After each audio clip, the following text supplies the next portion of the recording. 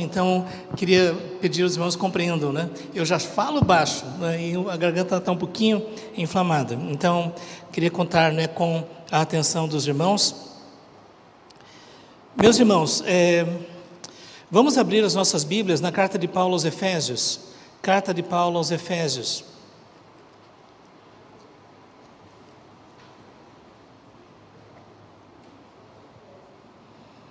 Versículos 20 e 21, carta de Paulo aos Efésios, capítulo 3, versículos 20 e 21.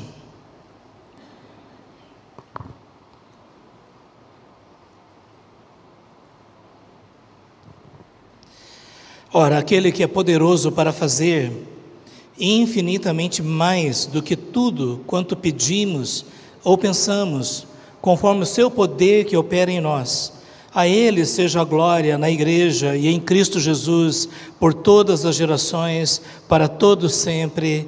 Amém. Meus irmãos, este assunto é algo que eu venho estudando já há bastante tempo. Na verdade, logo depois da minha conversão, na minha adolescência, eu comecei a ler sobre a história dos avivamentos espirituais e me converti em 1980. E naquela época a gente tinha acesso a muitos desses materiais, né, que falavam sobre avivamento espiritual. E quanto mais eu lia sobre avivamento, mais eu orava dizendo: Senhor, por que nós não vemos algo como isso acontecendo na igreja brasileira, na nação brasileira? E o fato é que o Evangelho está aqui no Brasil de uma forma mais intensa a partir do século XIX. Houve algumas poucas iniciativas no século XVI, mas o Brasil nunca experimentou um avivamento espiritual de grandes proporções. Na verdade, muitos entendem, não é, de que a renovação espiritual teve características de um despertamento espiritual, mas aqueles avivamentos, né, de que nós temos notícia lá nas Ilhas Britânicas, nos Estados Unidos, na África do Sul, na Coreia, na Índia, na China, no Canadá, esse tipo de despertamento espiritual de grandes proporções nunca aconteceu em solo brasileiro, né? E muitas pessoas ficam perguntando, né, por quê? Por que não o Brasil? Não é? E alguns tentam explicar em termos sociológicos, tentam explicar em termos da própria colonização, né, porque o Brasil teve uma colonização intensamente católica, apostólica, romana. Mas a gente sabe que, em última instância, né, como o pastor Bruno falou, avivamento é uma obra soberana de Deus. Ele faz onde quer, como quer, no lugar onde Ele quer. E é por isso que o que nós podemos dizer é: Senhor, que a nossa geração ainda possa ver o primeiro grande avivamento espiritual brasileiro. A gente ainda não teve. Gente, eu não estou menosprezando tudo aquilo que Deus tem feito na igreja e através da igreja, através dos anos. Eu tenho visto muitas coisas, também tenho ouvido testemunhos de pessoas que experimentaram bênçãos muito especiais aqui, especialmente aqui na cidade de Campina Grande, não é? Especialmente aqui nesta igreja. Então, esta igreja tem uma história de despertamento espiritual. E é por isso que eu não estou de forma nenhuma menosprezando isso, mas quando a gente vê aquilo que realmente aconteceu nesses outros países, a gente vê que foi algo excepcional, muito além daquilo que nós podíamos imaginar, não é, aqui no contexto brasileiro. E, ao mesmo tempo, meus irmãos, sabendo que avivamento é uma obra soberana de Deus e de que nós não cremos, como cria Charles Finney no seu livro, um autor que escreveu sobre Charles Finney, acho que é o Raymond Edmond, e ele escreveu o livro com esse título: Avivamento, a Ciência de um Milagre, não é? E a tese dele é de que, se você seguisse todos os passos, você conseguiria ter um avivamento espiritual. E apesar de nós termos um registro histórico de um grande despertamento através do ministério de Charles Finney, mas o fato é de que não existe uma fórmula para o avivamento, não existe uma maneira de você produzir. Depois de algum tempo, e o pastor também falou, né, sobre essa tentativa de eternizar, Então, ao invés de nós termos a verdadeira obra do Espírito, o pessoal quis manter a forma do avivamento, sabe? Aquelas orações mais enfáticas e aquelas adorações mais fervorosas e o evangelismo intencional. E o fato é que depois de algum tempo, cruzadas evangelísticas foram chamadas de avivamento.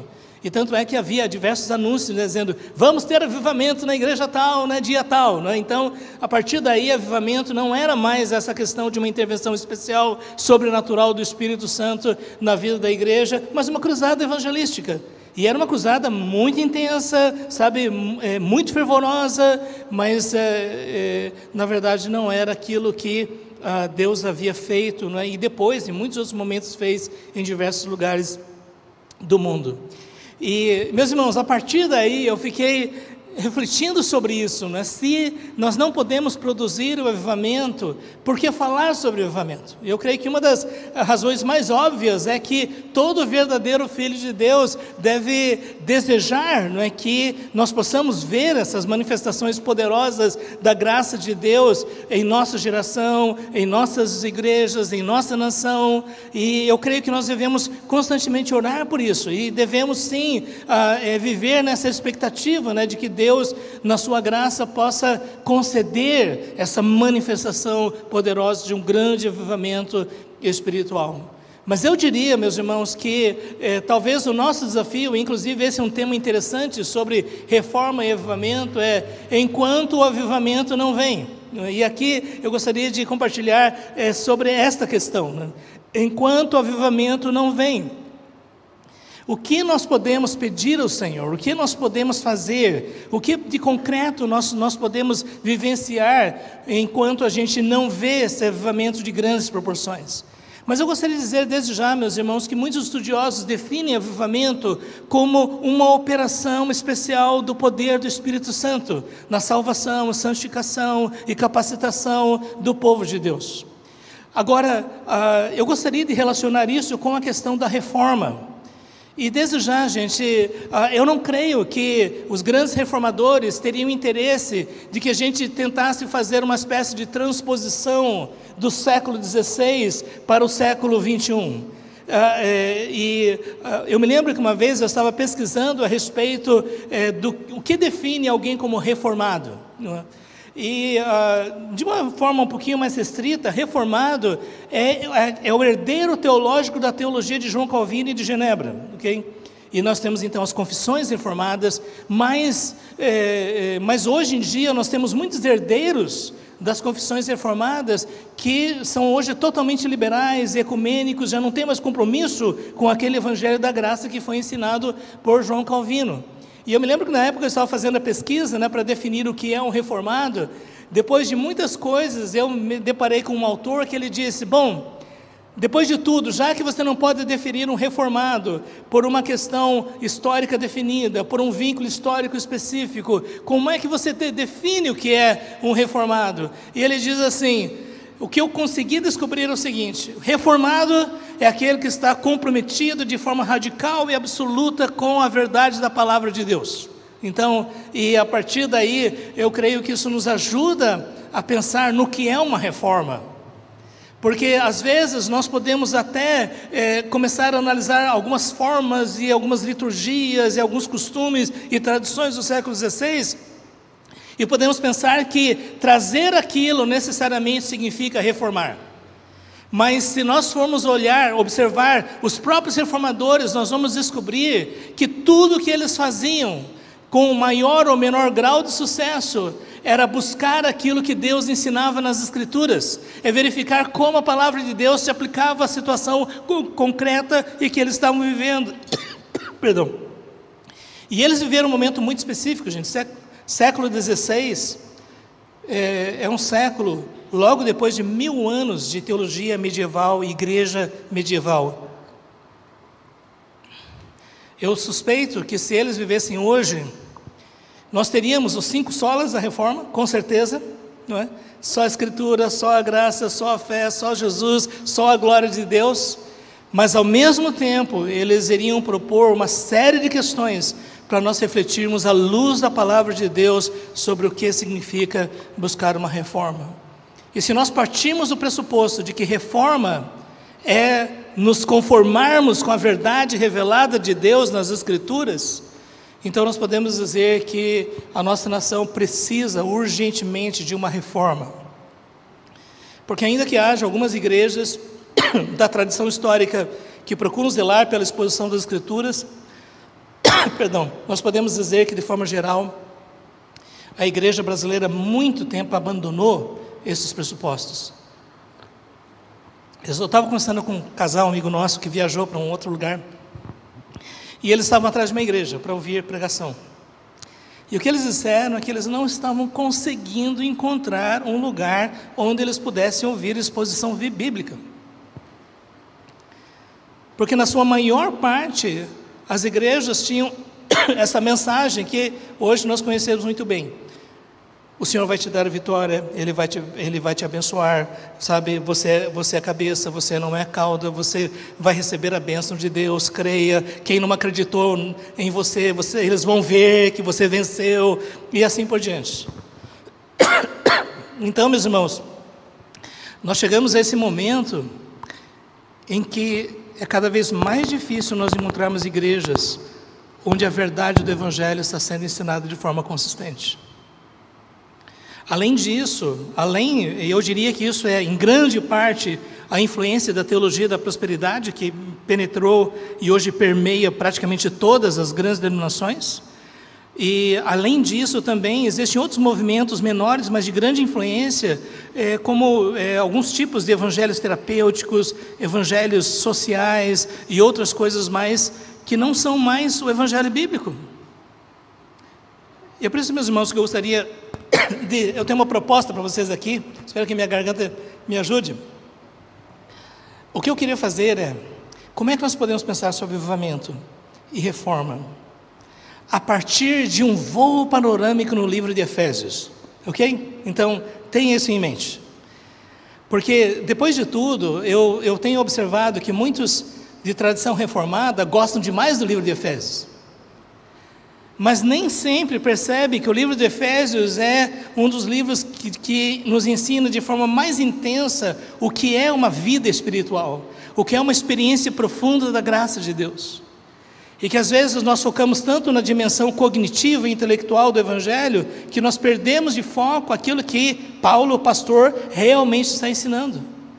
E eu creio que Efésios é uma dessas cartas que nos ajudam a pensar como nós podemos contribuir para uma nova reforma, e como nós podemos fazer parte desta, por assim dizer, revitalização em termos de vida espiritual, enquanto o grande avivamento não vem. E para mim, meus irmãos, eu encontro na carta de Paulo aos Efésios alguns princípios breves. Eu pedi para o pastor Moisés me ajude aí no horário. Então, eu comecei com esse texto de Efésios capítulo 3, versos 20 e 21, porque Dr. Lloyd Jones disse que deste lado da eternidade não existe uma experiência mais profunda do que sermos tomados de toda a plenitude de Deus. E uma das coisas que ele falou é de que nós não podemos restringir ou diminuir as nossas expectativas em relação àquilo que Deus quer fazer em nossas vidas e na vida da sua igreja.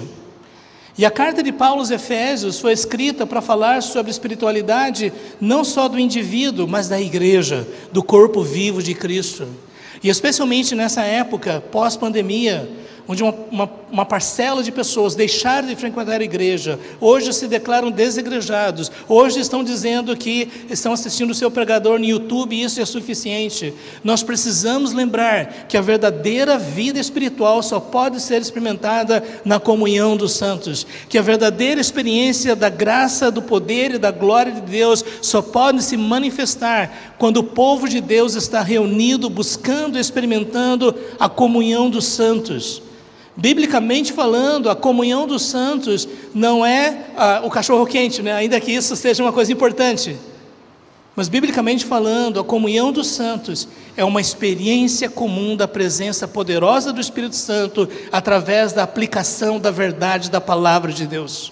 E isso me faz lembrar, meus irmãos, que então, quando nós falamos sobre uma vida espiritual, Uma vida espiritual, ela é a palavra de Deus aplicada pelo poder do Espírito Santo na vida do indivíduo e da igreja. E você percebe que nós temos dois perigos aqui, o pastor já mencionou. Um deles é de que nós possamos intelectualizar a nossa fé e nos contentarmos com ortodoxia teológica. E, gente, nós precisamos de ortodoxia teológica. O apóstolo Paulo escreveu essa carta, e eu digo que nós temos aqui uma teologia do pois, né? E a teologia do pois está aí, em Efésios 4, versículo 1, que ele diz assim: rogo-vos, pois. E então, se você quiser saber, aí está a teologia do pois, não é? Por quê? O apóstolo Paulo, ele mostrou que se nós não tivermos uma teologia densa, profunda, poderosa, não há como experimentarmos a realidade do poder, da presença e da vida de Deus como igreja. Por outro lado, isso nós temos antes do pois. E depois do pois, nós temos a aplicação prática dessas verdades de forma concreta em todas as áreas da vida. E qual é o perigo? O perigo é nós ficarmos só depois do pois e nos transformamos em ativistas religiosos, nos transformamos em pessoas que, em nome da ação, negligenciam a verdade. E se nós ficarmos somente antes do pois, nós podemos ficar inchados com o nosso conhecimento teológico, mas que não se traduz em santificação, poder do Espírito, vida espiritual, missão, serviço. E é por isso que nós precisamos das duas coisas. E aí está a teologia do pois. Se nós quisermos a verdadeira vida no Espírito, que nós possamos viver antes do pois e depois do pois. E aqui, meus irmãos, eu gostaria de destacar, voltando para Efésios capítulo 1, nós precisamos primeiro lembrar que a vida do Espírito é a espiritualidade da nossa salvação.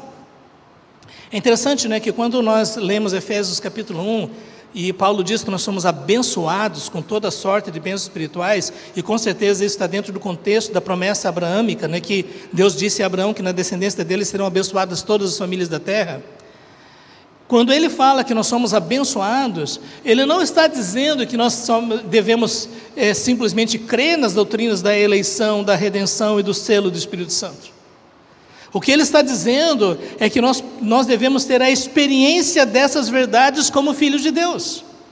E o próprio texto deixa claro que quando nós somos abençoados com bênçãos espirituais, pneumáticos, essas bênçãos que vêm do Espírito Santo, não é simplesmente você ter a noção teórica de que Deus é soberano sobre a nossa salvação, de que o sacrifício de Cristo é expiatório para a nossa redenção, que o Espírito Santo, ele nos cela com a sua presença, né, garantindo a experiência final da glória. O que ele está dizendo aqui, e gente, só Efésios capítulo 1, a primeira parte, já é muita coisa, né? E como eu não me proponho a fazer nenhuma exposição aqui, né, que não há tempo, né? O Dr. Lloyd Jones ficou 5 anos aqui, expondo esse texto, não é? Mas algumas coisas que eu gostaria de destacar. Em primeiro lugar, que toda espiritualidade, toda salvação bíblica, toda experiência da espiritualidade da salvação bíblica, ela é trinitária, porque é algo que o Pai faz, algo que o Filho faz, algo que o Espírito Santo faz. Nós precisamos da doutrina da Trindade. Mas sabe, eu tenho observado hoje em dia, em muitas igrejas, uma confusão muito grande sobre essa questão. Você já observou quantas pessoas quando vão orar, dizem: Pai, eu te agradeço, Jesus, Espírito Santo, e não há percepção de que dentro do ser de Deus, realmente existe uma distinção das pessoas na Trindade. John Owen, no seu livro A Comunhão com Deus, ele até foi acusado de dividir a Trindade, né, porque ele separou em 3 partes: comunhão com o Pai, comunhão com o Filho e comunhão com o Espírito Santo. O mistério da Trindade realmente é um mistério, mas nós devemos diferenciar realmente, que através da bênção do Pai, por exemplo, nós temos a escolha dele, antes da fundação do mundo. Isso é uma bênção. Sabe, pessoas leem isso daqui e já ficam assim, sabe, como aqueles porcos espinhos, né? Ele falou sobre eleição, não pode falar sobre eleição, não é? Mas o fato é que aqui ele está falando no sentido da nossa experiência da salvação. Se hoje nós somos salvos, é por causa da escolha soberana de Deus. E se hoje nós desfrutamos da paternidade de Deus, é porque Deus nos predestinou para a adoção de filhos, para desfrutarmos desse relacionamento. E se nós não compreendemos essas verdades, nós não vamos perceber a profundidade do amor de Deus por nós, que não começa no momento da história, mas começa no coração de Deus antes da fundação do mundo. Que muitas coisas aconteceram, eu chamo isso da história antes da história, antes mesmo da primeira estrela criada, muita coisa já aconteceu no coração de Deus, inclusive a escolha dele antes da fundação do mundo para sermos santos e irrepreensíveis. Algumas pessoas acham assim que se você crê na soberania de Deus, você vai viver de qualquer maneira, já que foi predestinado. Pelo contrário, porque se você foi abençoado com toda sorte de bênçãos espirituais, você vai querer corresponder a essa vocação com que você foi chamado, você vai querer comprovar a realidade que você pertence a estes que foram transformados pela graça de Deus. Ao mesmo tempo, nós reconhecemos a realidade de que nós somos redimidos por Cristo. E isso é o cerne de toda reforma e de todo avivamento. Francis Schaeffer, ele disse que nós não devemos fazer esse contraste entre reforma e avivamento. Porque algumas pessoas podem dizer, não, nós somos reformados, a gente não tem interesse em avivamento. Inclusive eu vi o escritor reformado do lado mais tradicional, bem tradicional, na verdade, né, dizendo, não fale sobre avivamento. E o fato é que nós não podemos separar as coisas, porque eu creio que, historicamente falando, a reforma do século XVI foi um grande avivamento espiritual. Não foi só mudança de teologia, de costumes, de liturgia, de tradição, foi um derramamento poderoso do Espírito Santo sobre a Europa inteira.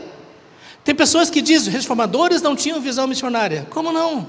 Eles vão alcançar a China, o Japão, gente, a Europa medieval precisava ser alcançada.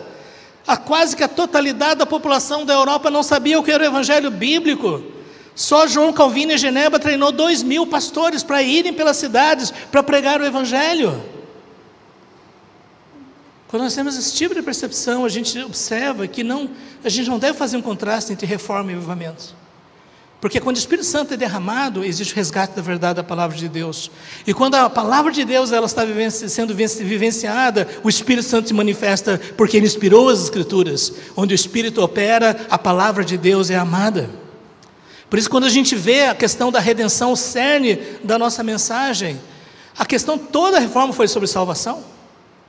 Jesus disse, de que adianta um homem ganhar o mundo inteiro e perder a sua alma? Você percebe que hoje em dia a maior parte das igrejas não fala mais sobre pecado, culpa, juízo de Deus, Cristo, salvação, julgamento, ressurreição dos mortos, julgamento final, céu e inferno. Isso é a essência da nossa mensagem, a essência do Evangelho. Este Evangelho é o poder de Deus para a salvação de todo aquele que crê. Nós devemos cantar com os antigos, sim, eu amo a mensagem da cruz, e até morrer eu a vou proclamar. Para alguns é loucura, para outros é escândalo, mas para aqueles que foram chamados por Deus, a mensagem da cruz é o poder de Deus e a sabedoria de Deus.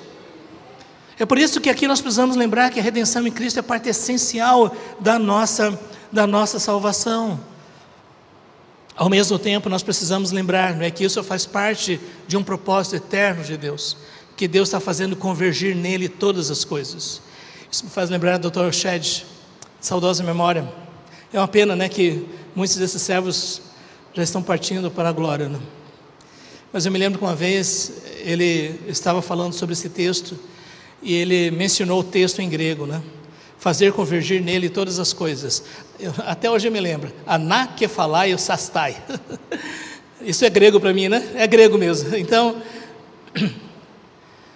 mas o que nós precisamos lembrar é que a história tem um alfa e o ômega e nós participamos disso. Deus está fazendo algo na história da humanidade. Ele está produzindo a sua redenção para fazer convergir em Cristo todas as coisas, porque Ele é o alfa e o ômega. É por isso que nós temos Apocalipse, para saber para onde nós estamos indo. E ao mesmo tempo nós precisamos lembrar, não é, de que nós também, eu quero resumir, fomos selados com o Espírito Santo da promessa. Gente, isso é uma bênção espiritual. Sabe, o pessoal fica discutindo, né, se você recebeu ou não recebeu o Espírito Santo. O que eu posso dizer, gente, é que a transformação da graça de Deus, por definição, é uma obra sobrenatural do Espírito Santo. O Espírito Santo é uma confirmação de que você realmente pertence ao Senhor Jesus. O Espírito Santo é aquele que testifica com seu Espírito que você é filho de Deus. Ele é o penhor da sua herança. Ele é a garantia que aquilo que Deus começou em nós, Ele vai terminar, porque Ele é fiel na sua promessa, na sua aliança. É por isso que o apóstolo Paulo ora, para que os olhos do nosso coração sejam iluminados. Sabe, meus irmãos, Deus quer nos dar mais percepção espiritual das verdades da salvação. E é por isso que Ele ora para que esses nossos olhos sejam abertos, para que a gente possa ter esse tipo de percepção. E eu queria dizer, gente, que essa é uma questão discutida, né? Me lembro na época, estudando sobre esse assunto, que alguns reformados mais, eu diria mais acadêmicos, eles afirmavam que essa iluminação espiritual é basicamente a compreensão intelectual do plano da salvação. Mas é muito mais do que isso. Essa aqui é a experiência que acontece em grandes avivamentos espirituais, quando a pessoa fica extasiada, movida, constrangida pelo amor de Deus, pela grande salvação que o alcançou. E eu creio, meus irmãos, que hoje em dia as pessoas, elas querem experiências espirituais, mas experiências vazias, sabe, de puro emocionalismo. Mas a verdadeira experiência espiritual é uma percepção das verdades de Deus, que foram aplicadas em nossas vidas pelo poder do Espírito Santo, e nós temos percepção dessas verdades, e por isso nós nos alegramos, usando a linguagem de Pedro, com uma alegria indizível e cheia de glória. Como nós precisamos desse tipo de percepção. Antigamente a gente ouvia testemunhos assim: eu estava perdido, mas Deus me alcançou, Ele abriu os meus olhos, eu conhecia Jesus, Ele transformou a minha vida, hoje eu sou uma nova criatura, hoje eu tenho certeza da minha salvação. Esse era o testemunho que a gente ouvia de forma geral. Hoje em dia, se você dizer, irmão, conta a bênção, eu quero dizer que meu filho passou na faculdade, eu quero dizer que eu comprei um carro novo.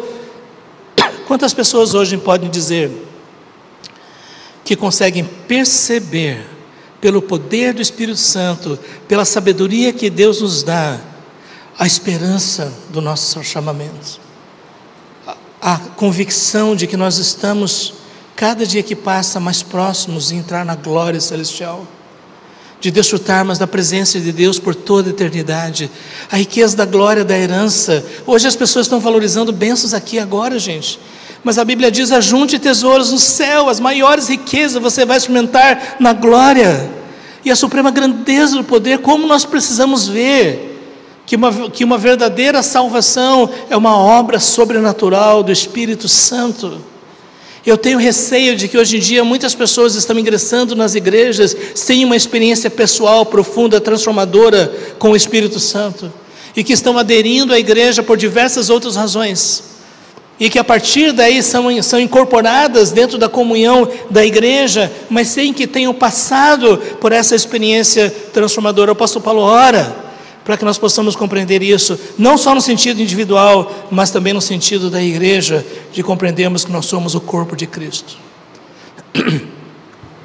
Aqui está, meus irmãos, a bênção espiritual da salvação, da redenção. O Pai que elege, o Filho que redime, o Espírito Santo que sela. No capítulo 2, nós temos a bênção da nova vida. E aqui, veja, a salvação realmente se traduz nisso. Hoje em dia nós não estamos tão prontos a ouvir o diagnóstico que Deus dá sobre a condição humana.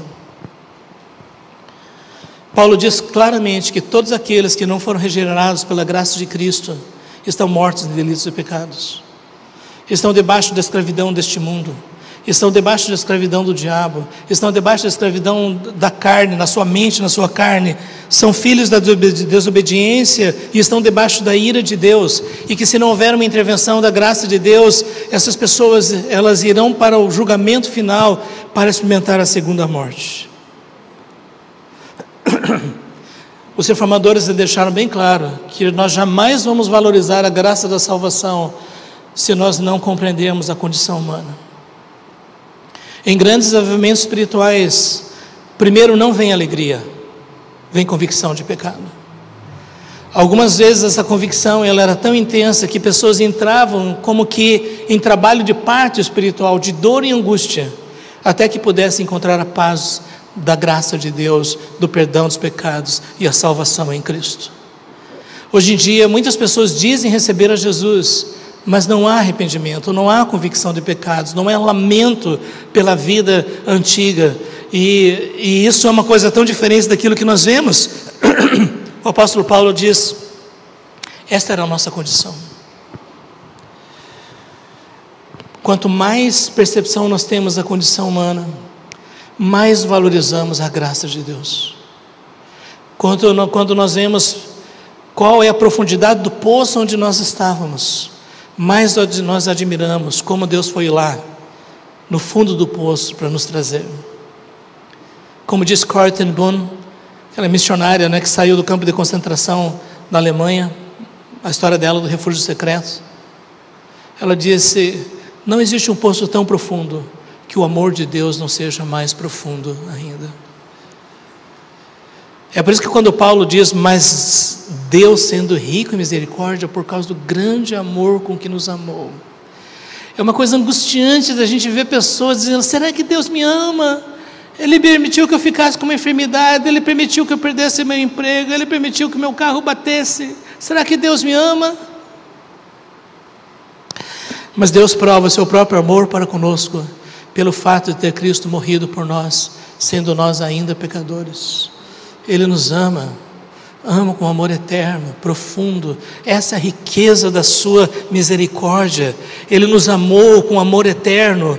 Quando nós estamos mortos, Ele nos deu vida. E aí está, meus irmãos, ser crente não é só colocar o seu nome na lista de membros, não é somente concordar com as doutrinas, não é somente frequentar regularmente os cultos, ainda que tudo isso seja importante. A primeira questão e a mais importante é se você já está vivo.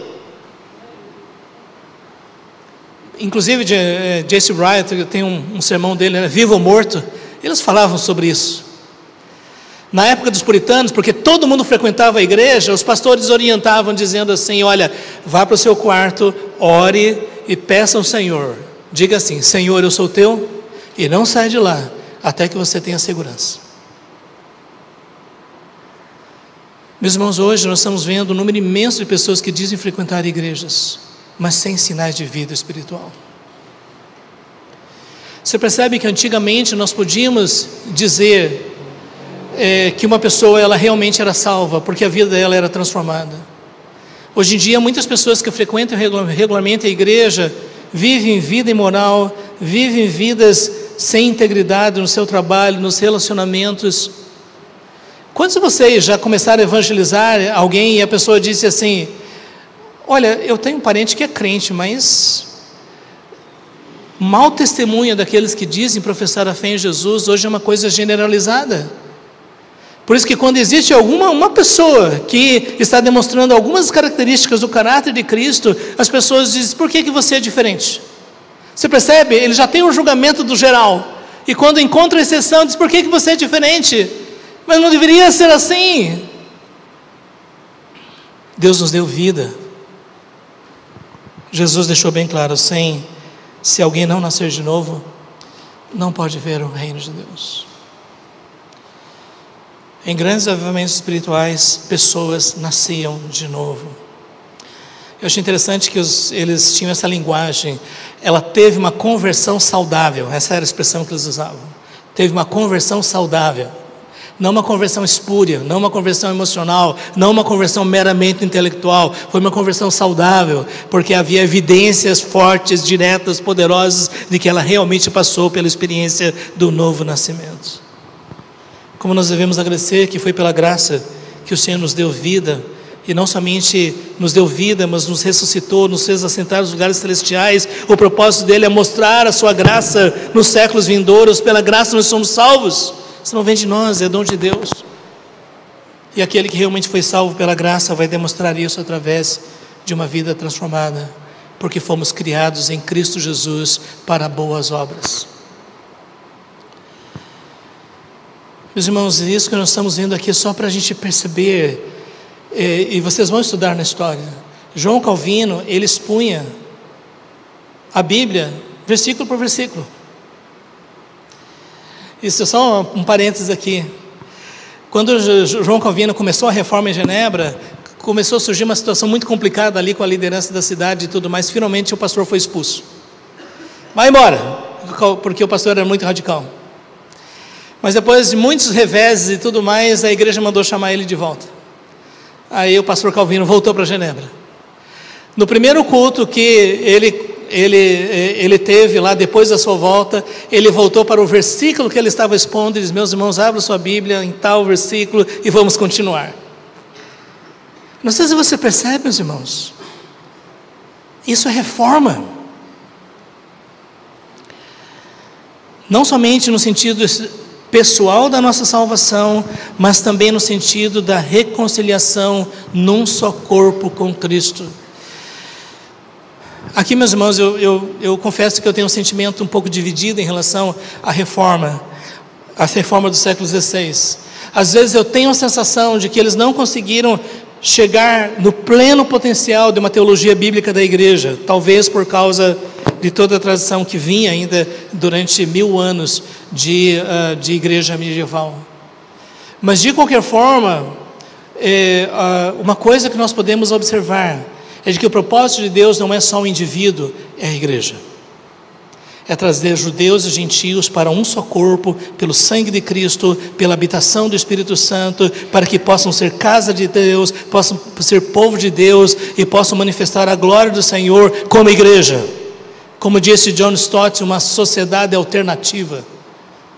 Um grupo de pessoas que vive por antecipação a glória celestial já no presente, porque Cristo está em nosso meio. Porque pela presença do poder do Espírito Santo nós somos transformados não somente no nível individual, mas como corpo. E como nós precisamos disso hoje em dia? Eu me lembro que de vez em quando a gente é convidado para pregar, né, em algumas igrejas, e às vezes eu chego em certo lugar e eu não sei exatamente onde é, e eu começo a perguntar: onde é que fica a igreja tal? As pessoas não sabem, não é? Aí de repente eu descubro que aquela igreja estava 2 ou 3 quadras onde eu estava. E eu estava pensando assim: a igreja não conseguiu alcançar nem mesmo 2 ou 3 quadras. Porque se igreja é uma agência avançada do reino de Deus, é uma antecipação escatológica da salvação eterna, então ela vai produzir um impacto. E vidas vão saber que ali existem pessoas que foram transformadas e que se reúnem para adorar a Deus. Eu venho pensando, talvez as igrejas se tornarem clubes secretos, não é? De agentes secretos. O apóstolo Paulo, ele não somente fala sobre a espiritualidade da salvação, da nova vida em Cristo, mas também a espiritualidade do próprio ministério. E no capítulo 3, nós vemos, meus irmãos, isso me faz lembrar, né, de John Piper, no seu livro: meus irmãos, nós não somos profissionais. Eu creio que hoje nós podemos dizer que estamos testemunhando uma crise no ministério, crise em termos vocacionais. Eu me lembro que quando eu lecionava no seminário, há 30 anos, praticamente todos queriam se tornar pastores, missionários e missionárias. Hoje em dia, 80% não quer mais isso. Eles só querem conhecer um pouco mais a palavra de Deus. E às vezes, você quer exercer algum ministério? Não, só quero conhecer mais a Bíblia. O apóstolo Paulo, ele mostrou através do exemplo dele o que é uma pessoa vocacionada. E veja bem, gente, o apóstolo Paulo, ele ensinava a vocação de todos os santos. Na linguagem da reforma, o sacerdócio de todos os crentes. Mas ao mesmo tempo, ele dá uma ênfase muito grande sobre a importância dos líderes na igreja. E é por isso que no capítulo 3 ele compartilha como ele se sente privilegiado de compartilhar esse mistério que estava oculto, mas que foi revelado aos seus santos apóstolos e profetas. E o apóstolo Paulo deixa claro que essa revelação agora, ela foi deixada para nós, e nós temos essa revelação dos apóstolos e profetas nas Sagradas Escrituras. Portanto, não temos mais apóstolos, naquele sentido que nós vemos aqui, porque, na verdade, Deus nos entregou a sua revelação. A gente não vai entrar no mérito da questão em outros sentidos, né? Isso daí é para outro momento. Mas uma coisa que nós precisamos lembrar é de que nós somos chamados para proclamar as insondáveis riquezas de Cristo. Meus irmãos, eu estou no ministério desde 1987. E uma das coisas que eu tenho refletido ultimamente é de que nós precisamos resgatar esse senso de vocação. De que nós não somos chamados em primeiro lugar para administrar. Não somos chamados em primeiro lugar para cuidar das coisas do dia a dia. Como lá em Atos Apóstolos, meus irmãos, nós vamos dedicar a palavra e a oração. Eu fui pastor de uma igreja maior e eu estava pensando, gente, o pessoal tem expectativas muito elevadas sobre os pastores, né? Alguns querem um PhD em teologia, um mestre em aconselhamento, né? Um MBA em administração e algumas outras coisas mais, né? Mas o maior bem que nós podemos fazer ao povo de Deus é ensinar fielmente a palavra de Deus debaixo da graça, da direção, da sabedoria do Espírito Santo. Isso significa que nós abrimos mão do trabalho pastoral, de visitação, aconselhamento, treinamento, e que para o santo de forma nenhuma está aqui. Mas o apóstolo Paulo diz que nós devemos anunciar as insondáveis riquezas de Cristo. É por isso que Paulo ora para que nós como igreja possamos experimentar o poder de Cristo, a presença de Cristo. E aqui está uma coisa importante, meus irmãos, porque quando se fala sobre poder, algumas pessoas pensam nessas experiências místicas, onde você abandona o seu cérebro, não é? E você simplesmente vive a experiência. Mas não é isso que a gente vê nas Escrituras. A verdadeira experiência do poder de Deus é pela aplicação da verdade de Deus em nossos corações. E sabe, às vezes a gente vê, não é, que pessoas esperam, assim, uma coisa bem animada, né? Entende? Mas olha o quanto foi uma bênção, Deus falou, o fogo caiu, né? Aí, o que foi que Deus falou? Eu não me lembro, mas foi bênção pura. Aí eu tenho a sensação de que a pessoa estava procurando um choquezinho, alguma coisa para ir para a semana, e não propriamente a verdade transformadora do Evangelho, não é que vai levá-la a se arrepender do pecado de ser preguiçoso no trabalho, tipo de coisa assim. O apóstolo Paulo, ele ora para que nós possamos experimentar como igreja o amor de Cristo em todas as suas dimensões. E meus irmãos, isso não é possível se nós não estivermos juntos. Isso que eu quero dizer, meus irmãos, a reunião pública, ela é importante, mas nada vai substituir o olho no olho, estarmos nos lares uns dos outros em comunhão, porque os mandamentos recíprocos dificilmente conseguem ser exercitados dentro de uma reunião maior. Levar as cargas dos outros, amar uns aos outros, ensinar uns aos outros, aconselhar uns aos outros. E é no momento que nós estamos juntos que nós experimentamos o amor de Cristo em todas as suas dimensões. Avivamento espiritual é quando isso é experimentado de uma forma avassaladora. É por isso que o apóstolo Paulo ora para que Deus nos conceda essa bênção, para que sejamos tomados de toda a plenitude de Deus. Avivamento espiritual não é uma experiência mística vazia, é uma experiência plena da presença de Deus em nós. Lembrando que Lloyd Jones disse, isso é um tipo de experiência mais próxima do céu que nós podemos ter deste lado da eternidade, a presença da glória de Deus. Em grandes avivamentos espirituais, a presença de Deus, ela era tão poderosa que algumas pessoas diziam que elas tinham a sensação de que elas, se estendessem a mão, estariam tocando nas vestes de Jesus.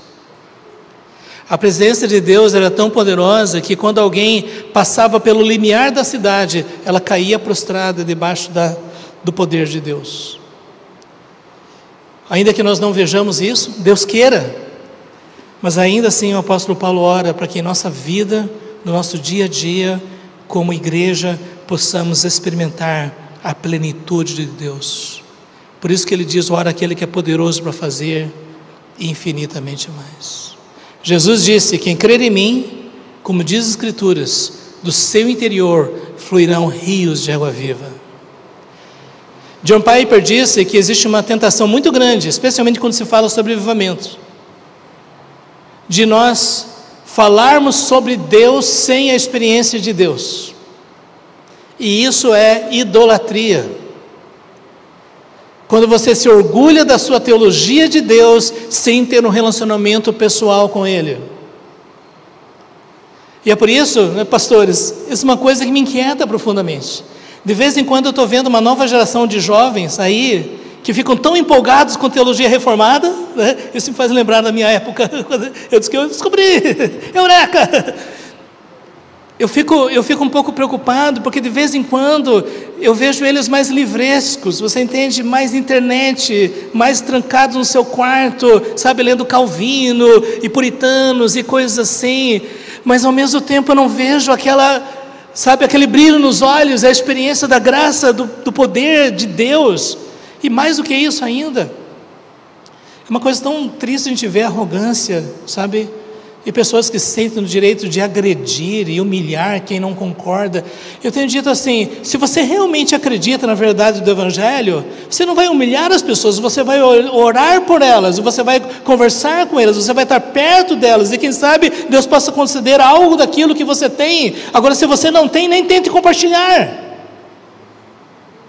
Infelizmente eu tenho chamado isso assim, com todo respeito, não é muito respeito, mas dos jovens deformados. Nós precisamos de jovens reformados, aqueles que realmente acreditam que a verdade de Deus, ela é aplicada em nossas vidas pelo poder do Espírito Santo, e que se traduz em experiências reais da graça de Deus, que produzem transformação verdadeira. E aqui eu preciso concluir, meus irmãos. Não poderia chegar ao final, né? Em primeiro lugar, pois, a primeira questão, meus irmãos, é a experiência da união cristã, da unidade cristã. E um pastor estava falando como nós precisamos disso.